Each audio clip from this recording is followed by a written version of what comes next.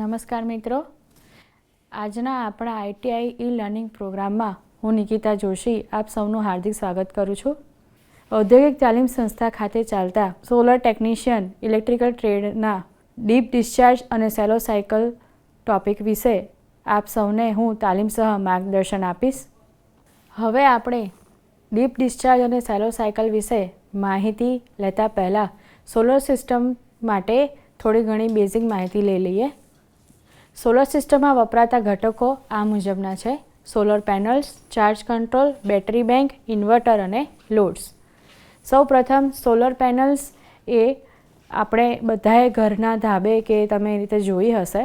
Solar પેનલ્સમાં photovoltaic સેલ્સને શ્રેણીમાં જોડી અને સોલર પેનલ્સ બનાવવામાં આવે છે. આ ફોટોવોલ્ટેઇક સેલ્સ એ સૂર્યપ્રકાશનું ઇલેક્ટ્રિકલ ચાર્જમાં રૂપાંતર કરે છે. આ ઉત્પન્ન થયેલ ઇલેક્ટ્રિકલ ચાર્જ એ બેટરી બેંક ખાતે જમા થાય છે.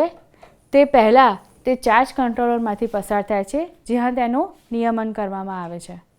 હવે બેટરી બેંક ખાતે આ ઇલેક્ટ્રિકલ ચાર્જ ડીસી સ્વરૂપમાં જમા થાય છે. જ્યારે આપણે જરૂરિયાત પડે ત્યારે ઇન્વર્ટર દ્વારા આ ડીસી ચાર્જનું એસી ચાર્જમાં રૂપાંતર કરી અને આપણે ઘરગથ્થુ ઉપકરણ અથવા તો આપણી જરૂરિયાત મુજબ તેનો ઉપયોગ કરી શકીએ છીએ, જેને આપણે લોડ તરીકે વાપરીએ છીએ. આ રીતે આપણે જોયું કે સોલર સિસ્ટમના મુખ્ય ઘટકો આ રીતે કામ કરે છે.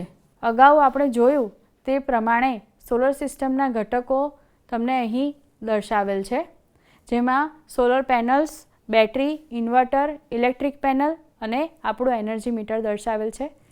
અહીં તમે જોઈ શકો છો કે દિવસ દરમિયાન આપણી સોલર પેનલ્સમાંથી ઇલેક્ટ્રિકલ ચાર્જ એ બેટરી ખાતે જમા થાય છે અને રાત્રિ દરમિયાન તેનો ઉપયોગ આપણે ઇન્વર્ટરમાં ડીસીનું એસીમાં રૂપાંતર કર્યા બાદ આપણે આપણા ઘરમાં કરી શકીએ છીએ.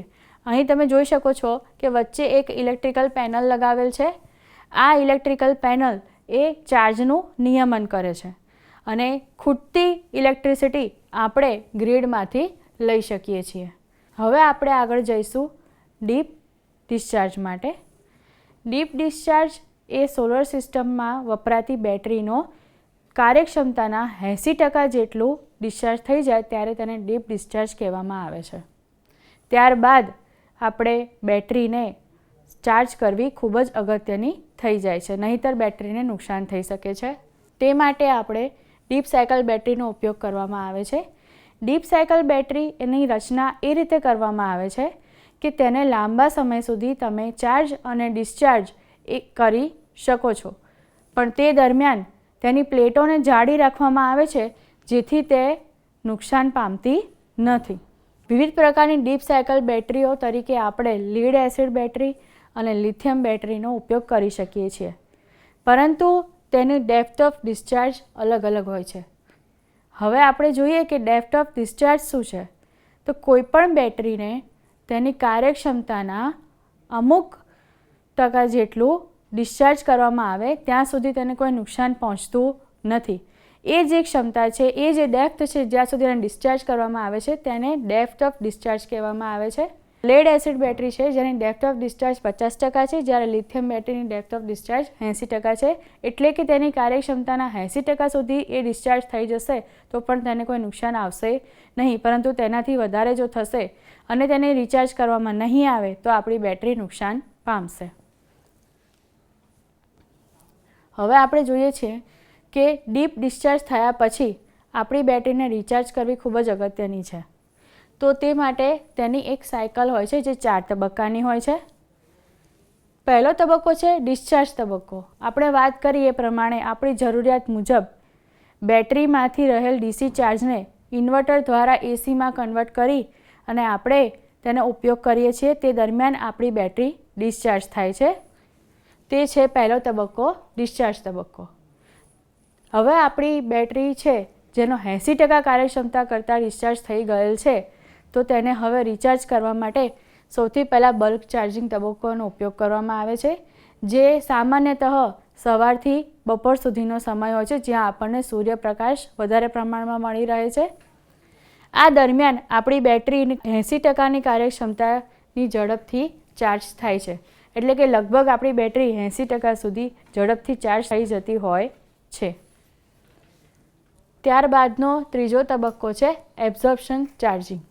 હવે આપણી બેટરી 80% જેટલી ચાર્જ થઈ ગઈ છે, પરંતુ બાકી રહેલ જે 20%નું ચાર્જિંગ છે તેને એબ્ઝોર્પ્શન ચાર્જિંગ તબક્કામાં લેવામાં આવે છે. આ તબક્કા દરમિયાન આપણી બેટરી ધીમે ધીમે ચાર્જ થશે. ત્યારબાદનો તબક્કો છે ફ્લોટ ચાર્જિંગ.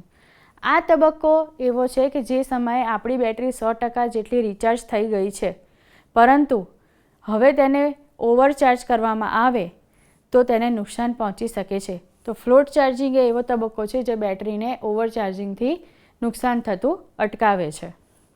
આમ આપણે જોયા કે ડીપ ડિસ્ચાર્જ થયા પછી ડીપ ચાર્જિંગના 4 તબક્કાઓ છે. અગાઉ દર્શાવેલ 4 તબક્કા અહીંયા તમને ચાર્ટ સ્વરૂપે દર્શાવવામાં આવ્યા છે, જેમાં સૌ પ્રથમ છે બલ્ક ચાર્જ સ્ટેજ.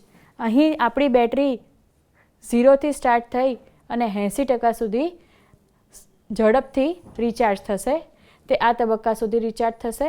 ત્યારબાદનો જે 20%નો જે પોર્શન છે જે ચાર્જ થવાનો બાકી છે એ એબ્ઝોર્પ્શન સ્ટેજમાં ધીમે ધીમે ચાર્જ થશે, જે તમને અહીં સુધી બતાવવામાં આવ્યો છે. ત્યારબાદ ફ્લોટ ચાર્જિંગ આવે છે, જેમાં કોઈ ચાર્જિંગ થશે નહીં, પરંતુ તેને ઓવરચાર્જ થતાં અટકાવશે. અગાઉ જોયેલ 4 તબક્કા એ અહીંયા ચાર્ટ સ્વરૂપે દર્શાવવામાં આવે છે. સૌ પ્રથમ જ્યારે આપણી બેટરી ડીપ ડિસ્ચાર્જ થઈ ગયેલ છે ત્યારે સૌ પ્રથમ તબક્કો ચાલુ થશે બલ્ક ચાર્જ સ્ટેજ. આ તબક્કામાં આપણે બેટરીને 0 વોલ્ટેજથી લગભગ તેની કાર્યક્ષમતાના 80% સુધી રિચાર્જ કરવામાં આવે છે. જે અહીં સુધીનો પોર્શન છે તે ખૂબ જ ઝડપથી ચાર્જ થશે. ત્યારબાદનો જે 20%નો પોર્શન છે રિચાર્જ થવાનો બાકી છે તે એબ્ઝોર્પ્શન સ્ટેજમાં ધીમે ધીમે ચાર્જ થશે. અને ત્યારબાદનો જે સ્ટેજ છે ફ્લોટ સ્ટેજ, જેમાં કોઈ ચાર્જિંગ થશે નહીં, પરંતુ આપણી બેટરીને ઓવરચાર્જિંગ થતાં અટકાવશે. આ આપણે ડીપ ચાર્જિંગના 4 સ્ટેજ જોયા. હવે આપણે જોઈશું કે ડીપ ડિસ્ચાર્જ થયા પછી ચાર્જિંગનું મહત્ત્વ કેમ છે. તો સૌ પ્રથમ લીડ એસિડ બેટરીઓમાં સલ્ફેશન જેવી નુકસાન અટકાવે છે. હવે સલ્ફેશન પ્રક્રિયા શું છે? લીડ એસિડ બેટરીમાં સલ્ફ્યુરિક એસિડ રહેલું હોય છે, જે લીડની પ્લેટો સાથે રાસાયણિક પ્રક્રિયા કરી અને તે પ્લેટો ઉપર લીડ સલ્ફેટ રૂપમાં જમા થાય છે. આ પ્રક્રિયા જ્યારે પણ આપણી બેટરી ડીપ ડિસ્ચાર્જ થતી હોય છે ત્યારે થાય છે, જેને સલ્ફેશન પ્રક્રિયા કહેવામાં આવે છે. આ પ્રક્રિયાના કારણે આપણી પ્લેટોને નુકસાન થઈ શકે છે, પરંતુ જ્યારે આપણે બેટરીને ચાર્જ કરીએ છીએ ત્યારે આ જે જમા થયેલ લીડ સલ્ફેટ છે તે ઓગળી અને ફરીથી સલ્ફ્યુરિક એસિડ અને લીડમાં રૂપાંતર પામશે અને સલ્ફેશન જેવી પ્રક્રિયાના કારણે નુકસાન થતું અટકાવશે. ત્યારબાદ લિથિયમ બેટરીમાં તે સેલનું સંતુલન જાળવે છે. હવે લિથિયમ બેટરીમાં એકસાથે ઘણી બધી પ્લેટો જોડાયેલી હોય છે. એ દરેક પ્લેટમાં એક સરખો ચાર્જ જાળવવો અથવા તો એક સરખો વોલ્ટેજ જાળવવો ખૂબ જ જરૂરી છે, નહીં તો તેની પ્લેટોને નુકસાન થઈ શકે છે. તો ડીપ ડિસ્ચાર્જ દરમિયાન જે પણ ચાર્જ આપણો ડિસ્ચાર્જ થયો છે તેને એક સરખી રીતે વહેંચી અને સેલોમાં સંતુલન જાળવવાનું કામ એ ડીપ ચાર્જિંગ કરે છે. ત્યારબાદ બેટરીનું સ્વાસ્થ્ય અને લાંબા આયુષ્ય માટે પણ ડીપ ચાર્જિંગ જરૂરી છે. હવે આપણે આગળ જોઈશું સેલો સાયકલ. તમે જોયું ડીપ ડિસ્ચાર્જ એ બેટરીના લગભગ 80% જેટલું પોર્શન જ્યારે ડિસ્ચાર્જ થાય છે ત્યારે થાય છે. તેનાથી વિપરીત સેલો સાયકલ બેટરી છે, જે બાકી રહેલ 20% બેટરી છે તેનું ડિસ્ચાર્જ સેલો સાયકલમાં થતું હોય છે. આ ડિસ્ચાર્જ આપણું ડીપ ડિસ્ચાર્જના તદ્દન વિરુદ્ધમાં હોય છે. ડીપ ડિસ્ચાર્જ એક સરખા વોલ્ટેજ સાથે એક લાંબા ગાળા સુધી થતું હોય છે, જ્યારે સેલો સાયકલમાં ખૂબ જ ઓછા સમય માટે વધારે પ્રમાણમાં વોલ્ટેજ ડિસ્ચાર્જ થતો હોય છે, જે સેલો સાયકલ બેટરીમાં જોવા મળે છે. ડીપ સાયકલમાં વપરાતી બેટરીઓ જે છે એ લાંબા ગાળા સુધી નિયમિત રીતે ડિસ્ચાર્જ થઈ શકે છે, પરંતુ સેલો સાયકલમાં વપરાતી જે બેટરીઓ છે એ ટૂંકા ગાળા માટે મોટા વોલ્ટેજ સાથે ડિસ્ચાર્જ થવા માટે બનેલી હોય છે. તેને તમે લાંબા ગાળા સુધી ડિસ્ચાર્જ કરી શકો નહીં. જ્યારે બેટરીનો ઉપયોગ વાહનોને સ્ટાર્ટ કરવા માટે કરીએ છીએ ત્યારે આપણે બેટરીને સેલો સાયકલમાં ઓપરેટ કરીએ છીએ. તમે જોયું હશે કે આપણે જ્યારે બી કોઈ પણ વાહનને ચાલુ કરીએ છીએ ત્યારે થોડાક સમય માટે આપણે વધારે વોલ્ટેજ એબ્ઝોર્બ કરીએ છીએ અને ત્યારબાદ આપણે સપ્લાયને ડિસ્કનેક્ટ કરીએ છીએ. તો આપણી બેટરી એ થોડાક સમય માટે વધારે વોલ્ટેજ સાથે ડિસ્ચાર્જ થઈ જાય છે, જેને સેલો સાયકલમાં ઓપરેટ થઈ કહેવાય. સામાન્ય રીતે આ બેટરીનો ઉપયોગ લાંબા ડિસ્ચાર્જ માટે હોતો નથી. સેલો સાયકલ બેટરીનો ઉદ્દેશ્ય, એનો હેતુ એક જ હોય છે કે જ્યારે આપણે એવી કોઈ એપ્લિકેશન હોય કે જે થોડા સમય માટે આપણે વધારે વોલ્ટેજની જરૂર હોતી હોય, એ સમયે આપણે સેલો સાયકલ બેટરીનો ઉપયોગ કરતા હોઈએ છીએ. તેની ડેપ્થ ઓફ ડિસ્ચાર્જ 10થી 20% જેટલી જ હોય છે, એટલે કે એક સાયકલ દરમિયાન એ 10થી 20% જેટલી એક સાથે ડિસ્ચાર્જ થઈ જતી હોય છે. આપણી સેલો સાયકલ બેટરી જે છે એ સોલર ઉર્જા માટે બનાવેલ નથી. સોલર સિસ્ટમમાં આપણે લાંબા ગાળા સુધી ચાર્જ અને ડિસ્ચાર્જ થઈ શકે તે રીતની બેટરીની જરૂર હોય છે, પરંતુ સેલો સાયકલની બેટરી એ રીતે બનાવેલ હોતી નથી, તેથી તેનો ઉપયોગ આપણે સોલર સિસ્ટમમાં કરી શકતા નથી. ઉદાહરણ તરીકે કાર અથવા કોઈ પણ વાહન શરૂ કરતી વખતે અથવા તો કોઈ પણ બેકઅપ સિસ્ટમ જ્યારે બી જરૂર હોય ત્યારે આપણે સેલો સાયકલ બેટરીનો ઉપયોગ કરી શકીએ.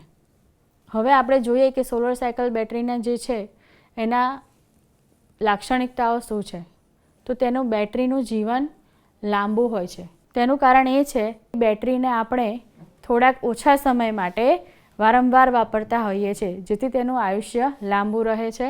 તેની કાર્યક્ષમતા, તેના ઉપર તણાવ ઓછો હોય છે. તે થોડાક સમય માટે ઓપરેટ થતી હોય છે, જેના કારણે તેની ઉપર રાસાયણિક તણાવ ઓછો લાગે છે, જેના કારણે તેની કાર્યક્ષમતા વધુ હોય છે.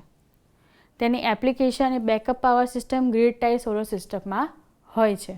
શા માટે આપણી સેલો સાયકલ બેટરી એ ડીપ ડિસ્ચાર્જ બેટરી કરતાં વધારે ઉપયોગી છે? તો તેનું કારણ છે કે તે દરેક ચક્ર દરમિયાન ખૂબ જ ઓછા વપરાશમાં આવે છે, જેના કારણે તેના ઉપર ઓછું રાસાયણિક તાણ લાગે છે. તેના કારણે તેનું આયુષ્ય લાંબુ હોય છે, તેની કાર્યક્ષમતા વધારે હોય છે. આપણી બેટરી એ ઓછા સમય માટે વપરાતી હોવાથી તેની અંદર રહેલો જે પ્રતિકાર છે તેના કારણે જે લોસ થતો હોય છે, તેના કારણે જે ગરમી ઉત્પન્ન થતી હોય છે તે ઓછી થતી હોય છે. આગળ છે કે ચાર્જિંગ નુકસાનમાં ઘટાડો કરે છે. સેલો સાયકલને લાંબા સમય સુધી ડિસ્ચાર્જ થવાની જરૂર હોતી નથી. તેના કારણે તેને આપણે વારંવાર ચાર્જ કરવાની જરૂર હોતી નથી. તેથી આપણે તેને ચાર્જિંગમાંથી જે નુકસાન થતા હોય છે તેને ઓછો કરી શકીએ છીએ. તેથી સેલો સાયકલ બેટરી એ લાંબુ કાર્યક્ષમતા અને લાંબા ગાળા માટે વાપરી શકીએ છીએ. આ સાથે આપણે જોયું ડીપ ડિસ્ચાર્જ અને સેલો સાયકલ બેટરીનો તમે ક્યાં ક્યાં ઉપયોગ કરી શકો. ડીપ ડિસ્ચાર્જ એ તમારા લાંબા ગાળા સુધી ચાર્જ અને ડિસ્ચાર્જ થઈ શકે છે, તો જેનો ઉપયોગ આપણે આપણા રોજિંદા જીવનમાં કરી શકીએ છીએ. પરંતુ સેલો સાયકલ બેટરી એ થોડાક ઓછા સમય માટે વધારે પડતો વોલ્ટેજ જ્યાં જરૂરિયાત હોય ત્યાં આગળ ઉપયોગ કરીએ છીએ, તો તે બેટરી આપણે આપણા વાહનોના શરૂઆત કરવામાં અથવા તો બેટરી બેકઅપ તરીકે તેનો ઉપયોગ કરી શકીએ છીએ. સામાન્યતઃ સોલર સિસ્ટમમાં વપરાતી બેટરીઓ એ ડીપ ડિસ્ચાર્જ બેટરીઓ હોય છે, જે ડીપ સાયકલ સાથે ઓપરેટ થતી હોય છે. જો આપણે સેલો સાયકલ બેટરીને વાપરીએ તો તે નુકસાન પામી શકે છે. તે માટે સોલર સિસ્ટમમાં આપણે ડીપ સાયકલ બેટરી વાપરી શકીએ છીએ. આ સાથે હું આશા રાખું છું કે ડીપ ડિસ્ચાર્જ અને સેલો સાયકલ ટોપિક વિશે તમને માહિતી મળી હશે. આભાર.